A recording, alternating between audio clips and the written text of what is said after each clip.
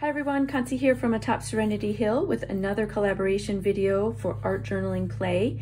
This week's is between myself and Netty Poser, and her video will be linked below for you.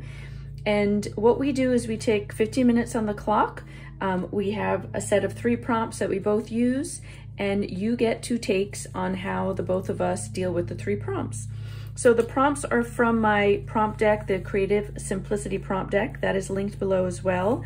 It is a prompt deck of about 60 to 70, I can never remember how many prompts they are for you to pull out and play with in your art journals.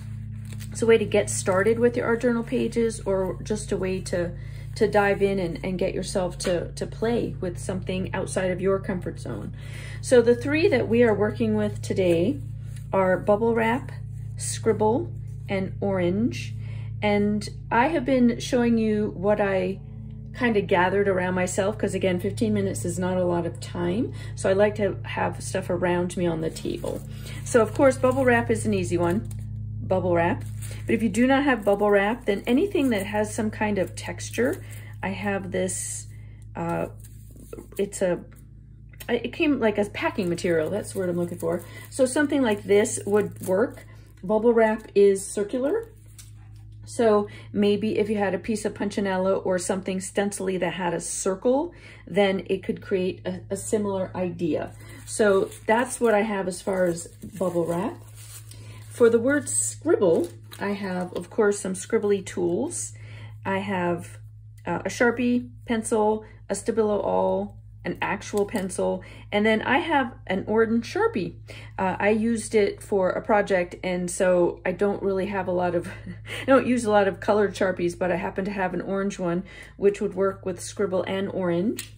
And then just a little bit outside the box is a piece of just collage material that I had in my stash, where I had scribbled or sketched some sunflowers. So I could always use this as part of the scribble part.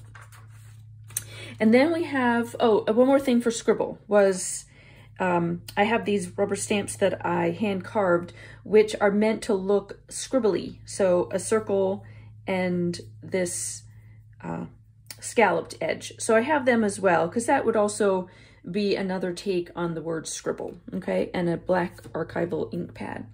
And then we have orange, our color. So I have a couple Inktense pencils. I also grabbed some yellow and blue to go with it.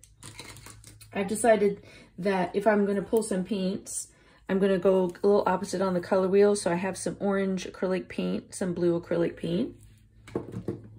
And then I grabbed some paper as well.